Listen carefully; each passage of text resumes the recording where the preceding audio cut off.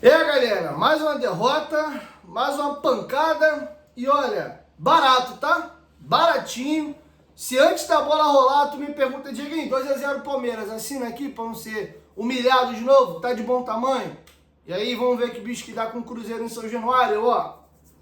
Assinava embaixo, porque a expectativa era tomar outra goleada. E vamos falar a verdade, não tomou outra porrada bem dada, pique o 6-1 do Flamengo, porque o Léo Jardim, de novo, uma noite inspiradíssima, o Palmeiras teve um gol anulado no início da jogada, né, por uma falta no Zé Gabriel. O Léo Jardim fez o quê? 4, 5 milagres, fora as jogadas de perigo. Uma falta do Zé Rafael, que quase foi na gaveta. 2 jogadas individuais do Estevão, que ele finalizou e a bola passou próximo ao gol. Então, tranquilamente cabia hoje 4, 5, 6 de novo, tá? Que já era para ter acontecido na Arena da Baixada. Aquele 1-0 é mentiroso. Só bola na trave, o Atlético Paranaense colocou 4.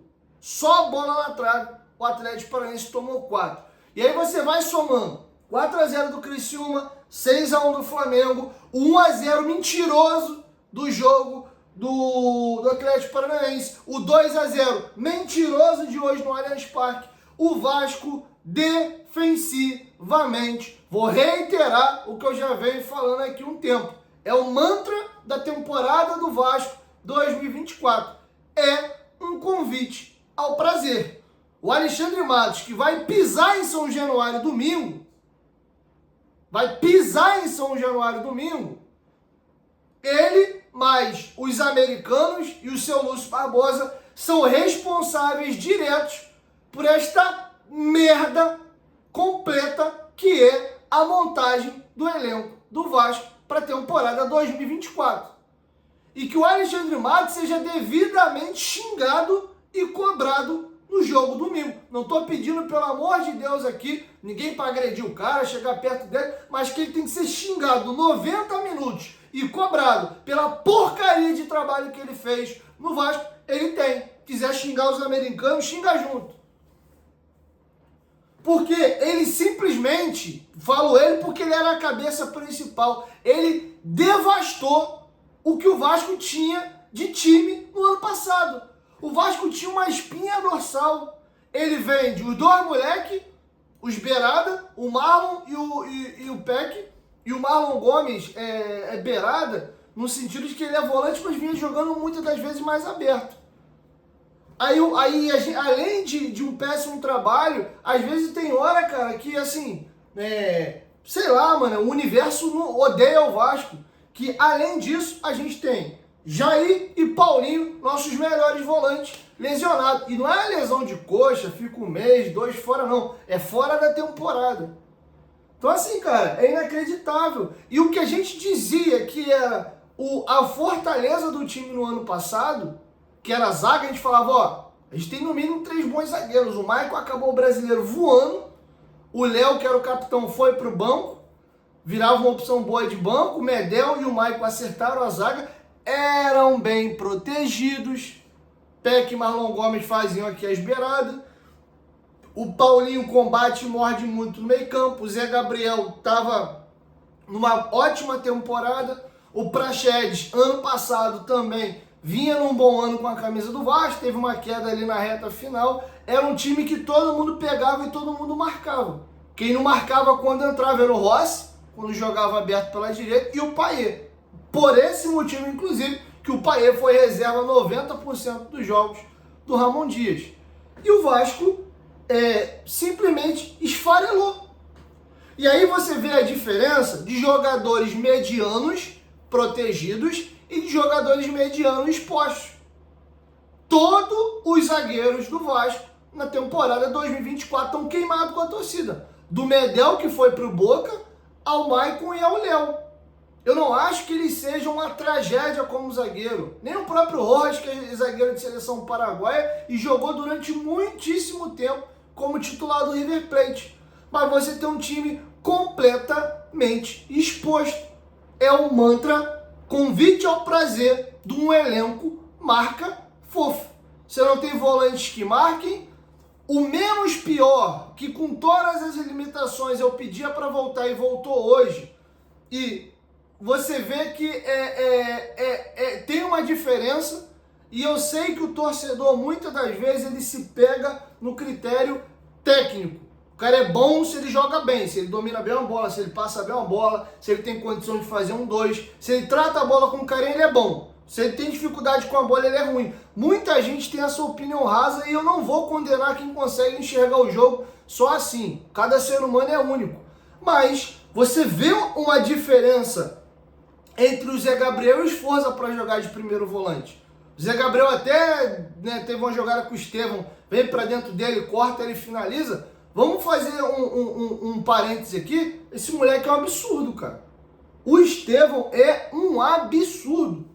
Se esse moleque mantiver o desenvolvimento dele com a idade que ele tem, esse moleque vai ser jogador de primeira e segunda prateleira de futebol europeu e vai chegar na seleção brasileira. Esse moleque é um avião, cara. Joga a bola demais. Ele me lembra um pouco o Rodrigo começando no Santos.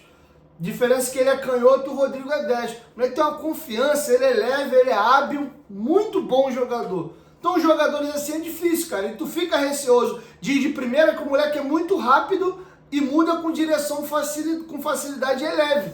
E às vezes tu fica meio assim, o Zé Gabriel deu meio com mole ali, ele rabiscou ele e finalizou. Mas o Zé briga, ele antecipa alguma coisa, ele tem estatura. Agora, cara, dá pena de ver o Sforza jogando, cara. Dá pena. Eu já peguei um ranço por esse moleque que eu não consigo voltar mais atrás, cara. Toda bola que esse moleque vai dividir, ele perde. E qualquer jogador vai no mano a mano pra dentro dele e passa, cara. A facilidade que os adversários têm pra driblar esse moleque, porra, é um absurdo, cara. Ele não parece nem que é argentino. Moleque de tão sem sangue, sem vontade e sem força que esse moleque é. O lance do segundo gol é patético. E o Piton defensivamente vem aparentando aquilo que a torcida do Corinthians reclamava dele quando ele jogava lá, 2 anos atrás, 1 ano e meio atrás. Que ofensivamente, bom jogador, trata bem a bola, mas defensivamente, um bonde. E de novo, ele participa de um lance capital. Vai você, vai eu, vai você, né? Dá meio que uma rolada. E aí o Sforza dorme. Ele dorme, desliga. Né? Ele escuta aquela música do Lulu Santos. Como uma onda no mar. Como uma onda no mar. E aí, como uma onda no... E aí o Estevão pega a bola, levanta a cabeça. Rola a bola pra trás. O Rony pimba 2-0. E aí o Vasco toma de 6, aí eu vou falar do Álvaro Pacheco. E aí eu vou mandar um recado pro Felipe já também. Tudo bem que o treinador é o Álvaro, mas alguém tem que chegar para ele e falar: ô professor, por favor, pelo amor de Deus, se você tem apego ao seu emprego, não dá. Sforza e Galdames, sob hipótese alguma, esses dois cidadãos podem pisar em campo juntos. Não existe Sforza e Galdames no meio de campo de um time para defender alguma coisa. Pior ainda, contra Flamengo e contra Palmeiras. A facilidade com que o Flamengo e o Palmeiras empurrou o Vasco para trás e trocava passes, e quando perdia a bola fazia uma pressão pós-perda e conseguia roubá-la ou obrigar os jogadores do Vasco a rifar, me parecia que era um jogo de time adulto contra moleque da categoria de base. Mas me parecia o profissional contra o sub-15 e o sub-17.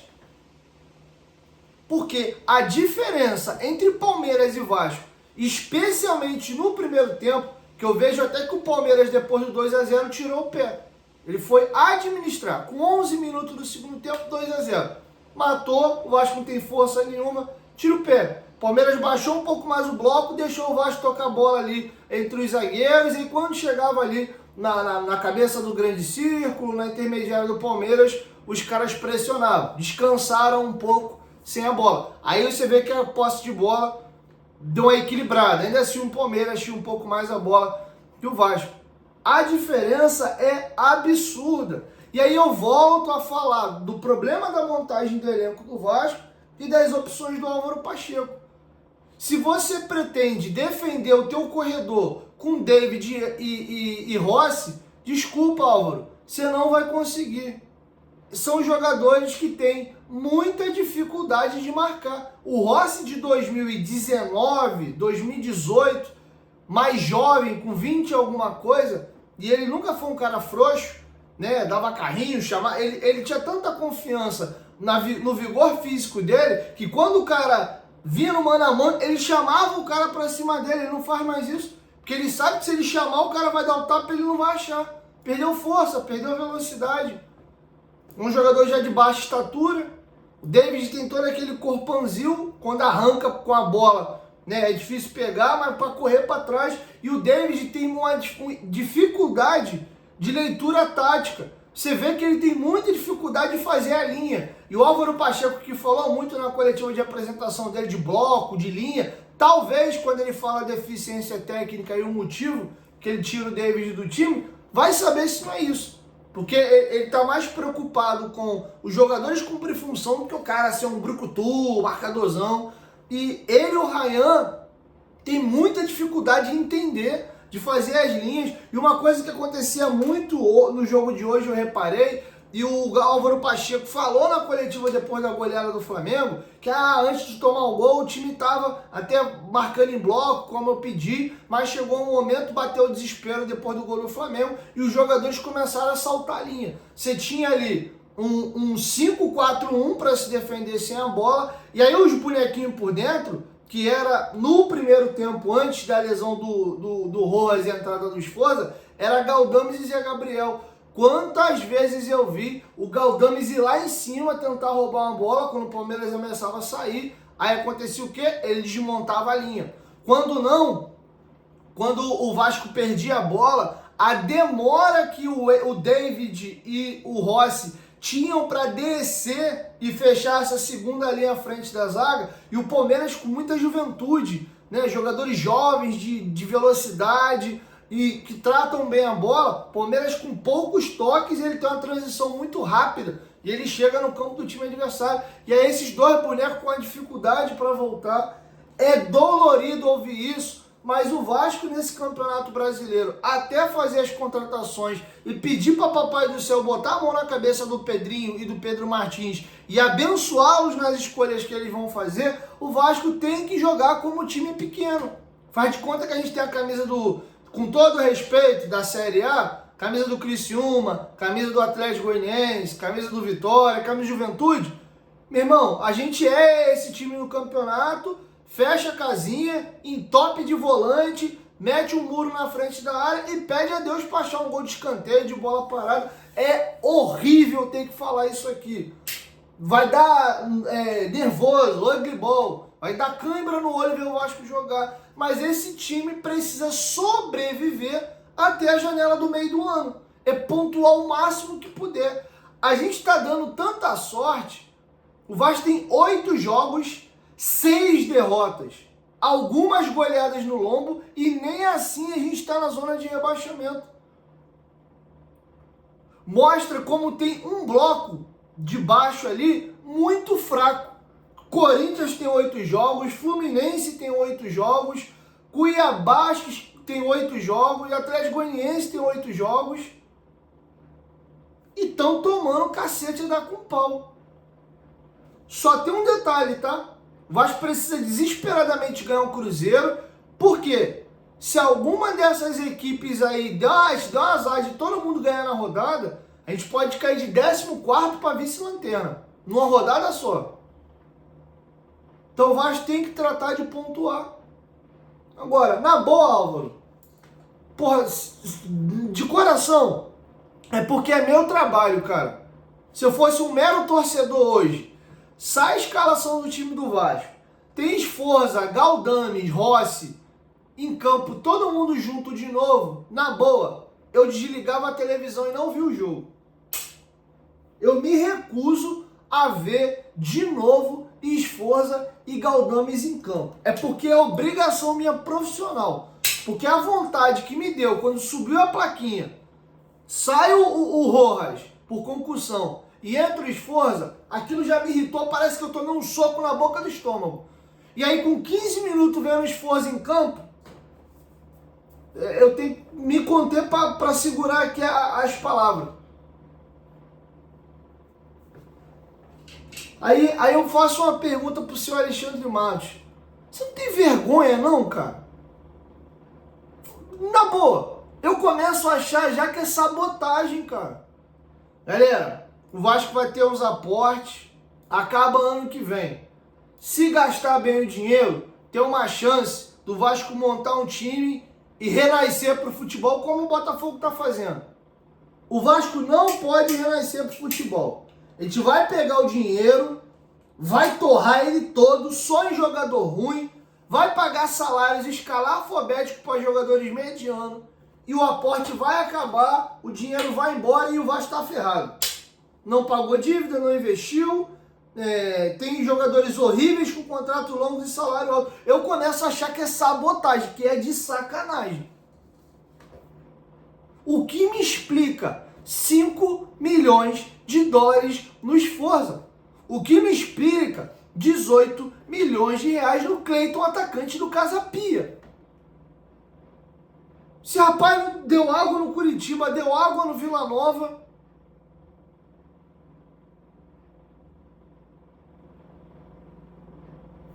Porra, é inacreditável, bicho.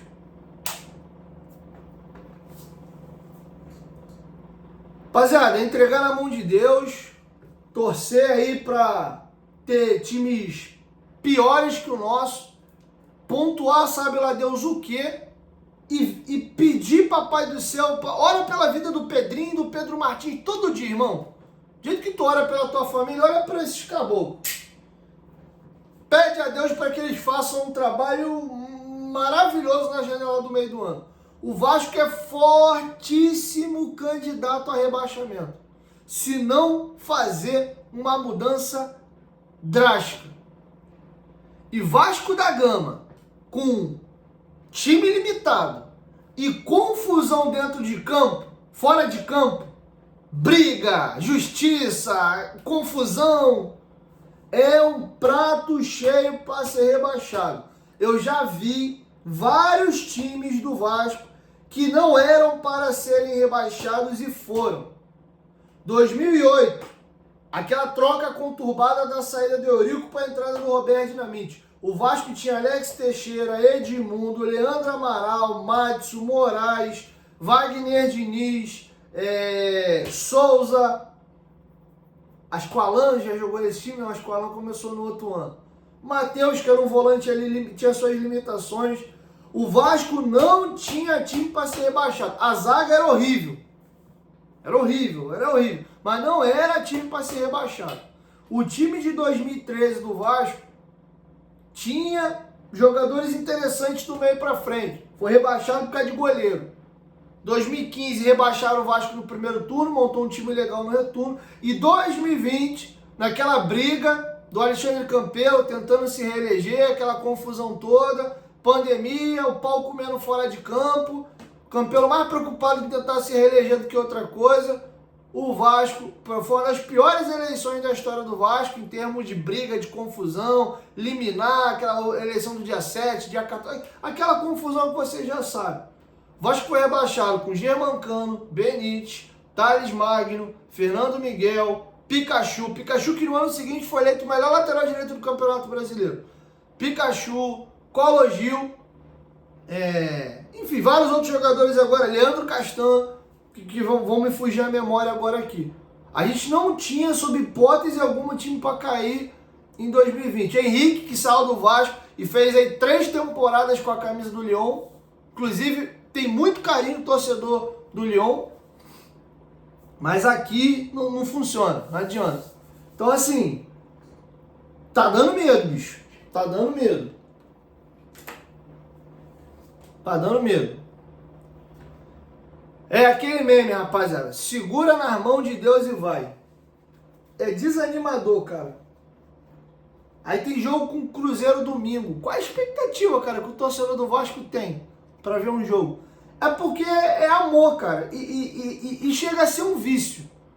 Porque tu não consegue largar. Porque o Vasco não te dá motivo nenhum, cara. Nenhum.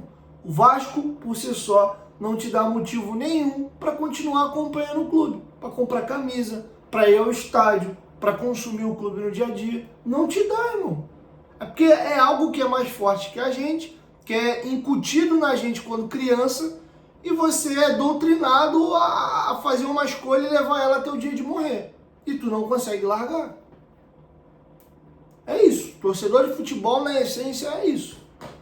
Mas motivos para acompanhar o Vasco, torcer pelo Vasco, abrir mão 2, 3 horas do dia da gente para ver um jogo e ficar se consumindo, vendo o noticiário do Vasco, o Vasco não dá esse motivo, cara.